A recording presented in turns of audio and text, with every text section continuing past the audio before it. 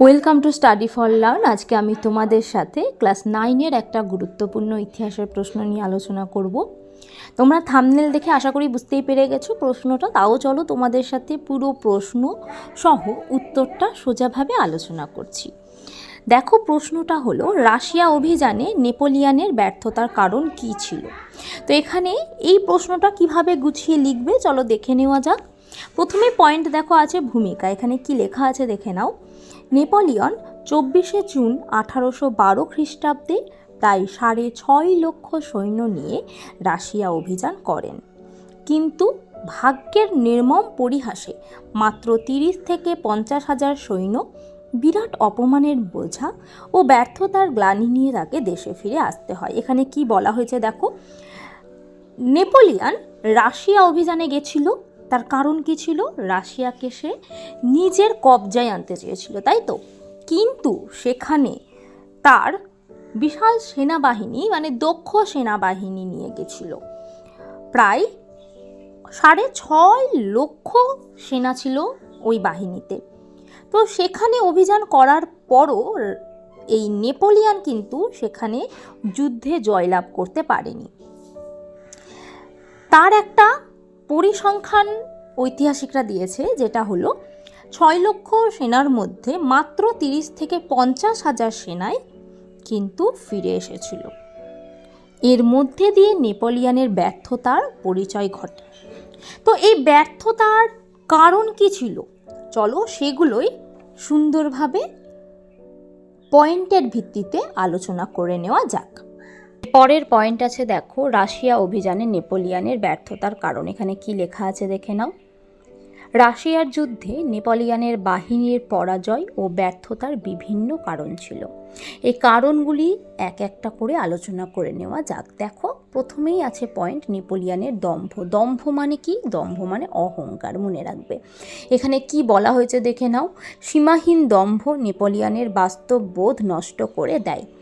England ও উপদ্বীপের যুদ্ধ শেষ না করেই তিনি রাশিয়ার যুদ্ধে নিজেকে জড়িয়ে এবং সংহতিবিহীন বিভিন্ন জাতির সমন্বয়ে মহান সেনাদল গঠন করে মারাত্মক ভুল করেন, তাই না?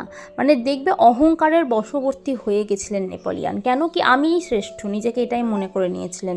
তো এই নিজেকে এতভাবে মহান মনে করার পরিণতিতেই তিনি যে সমস্তই সিদ্ধান্ত নিচ্ছিলেন সমস্ত কিছুই কিন্তু ভুল নিচ্ছিলেন, কারণ তা ওনার কিন্তু পা মাটিতে ছিল না, তিনি অহংকারের পাখনা নিয়ে উড়ে বেড়াচ্ছিলেন। তো এটাই ছিল কিন্তু তার নেপোলিয়নের ব্যর্থতার কারণ। 2 নম্বর পয়েন্ট আছে রাশিয়ার বিশাল আয়তন। এখানে কি বলা হয়েছে দেখো, রাশিয়ার আয়তন সুবিশাল হওয়ায় রুশ বাহিনী পোড়ামাটির নীতি গ্রহণ করে ক্রমাগত পিছু হটে এবং ফরাসি বাহিনীকে দেশের অভ্যন্তরে প্রবেশের সুযোগ করে দেয়। ফরাসি বাহিনী শীঘ্রই সেখানে খাদ্যাভাব, পানীয় জলের অভাব, রুশ গেরিলা সেনাদের আক্রমণ প্রভৃতির ফলে বিপর্যস্ত হয়। এর মানেটা কি দেখো, নেপোলিয়ন যখন রাশিয়া আক্রমণ করলো সেখানে কিন্তু তিনি পোড়া মাটির নীতি গ্রহণ করেছিল। পোড়া মাটির নীতিটা মানে হলো যে তিনি ওখানের কলকারখানা, বাড়ি ঘর সমস্ত কিছু পুড়িয়ে দিয়েছিলেন, আর সাথে সাথে জলে সমগ্র জলাশয় যা ছিল রাশিয়ার সেখানে সেই জলে বিষ মিশিয়ে দিয়েছিলেন। তো এই নীতিটাকেই বলেছিল পোড়ামাটির নীতি। তো এখানে কি করেছিল, ধরে নাও রাশিয়ার সেনারা এই জায়গাটায় আছে, তাহলে এই জায়গাটায় তারা কি করছে, পুড়িয়ে ফেলছে, এই জায়গার সমস্ত কিছু তারা পুড়িয়ে ফেলছে। তাই ভাবে এইভাবে করতে করতে করতে করতে রাশিয়ার দল আস্তে আস্তে পিছু হটছে আর সামনের দিকে জিনিসপত্র জ্বালাতে জ্বালাতে পেছনের দিকে সরে আসছে। তো এরকমভাবে করতে করতে যেই দাঁড়টা ছিল, মানে নিজেদের তো খাদ্যাভাব তো ঘটছে, কারণ খাদ্য পুড়িয়ে দিয়েছে, জলে বিষ মিশিয়ে দিয়েছে, সেটাও খেতে পারছে না। এবার কি করছে, এবার রাশিয়ার এই জায়গার যেসব জনগণ আছে সেই জনগণ কি করবে, ওরাও তো পেছনের দিকে ক্রমশ সরে সরে আসতে থাকবে না। তো এইভাবে ওরা কি করেছিল, ফরাসিতেই তাদেরকে আবার নিয়ে চলে আসছিল। বোঝা গেছে এটা আশা করি। তো এইভাবেই কিন্তু রাশিয়ার এই যে এত বিশাল আয়তন ছিল, সমস্ত জিনিসটাকে পরিকল্পনা মাফিক না করার জন্য এই যুদ্ধে কিন্তু পরিকল্পনার অভাবের জন্য কিন্তু নেপোলিয়ন পরাজয়ই ঘটেছিল। আশা করি এটা বুঝতে পেরেছো। এরপরে দেখো পয়েন্ট আছে 3 নম্বরে দুর্যোগ। এখানে কি বলা হয়েছে দেখে নাও। এখানে বলা হয়েছে রাশিয়ার অভ্যন্তরে এবং স্বদেশে ফেরার পথে তীব্র শীত, তুষারপাত, ঝড় বৃষ্টি প্রভৃতির ফলে প্রচুর ফরাসি সেনার মৃত্যু হয়। রাশিয়ার অভ্যন্তরে তো এই সমস্ত কাণ্ডকীর্তির জন্য হচ্ছেই, তারপরে রাশিয়া থেকে ফিরে আসার পথে তুষারপাত, ঝড় বৃষ্টি, তীব্র শীত কিন্তু রাশিয়ার এই ফরাসি সেনাবাহিনীকে পর্যাস্ত করেছিল। আশা করি এটা বুঝতে পেরেছো। এরপরে 4 নম্বর পয়েন্ট আছে দেখো, মহামারীর প্রাদুর্ভাব। এখানে কি বলা হয়েছে, রাশিয়ায় ফরাসি বাহিনীর মধ্যে টাইফাস নামক ভয়ানক জ্বর ও অন্যান্য মহামারী রোগ ছড়িয়ে পড়লে প্রচুর ফরাসি সেনার মৃত্যু হয়। এখানে প্রচুরের পর একটা দাড়ি হয়ে গেছে, এটা তোমরা ঠিক করে দিও, এটা কেটে দিও।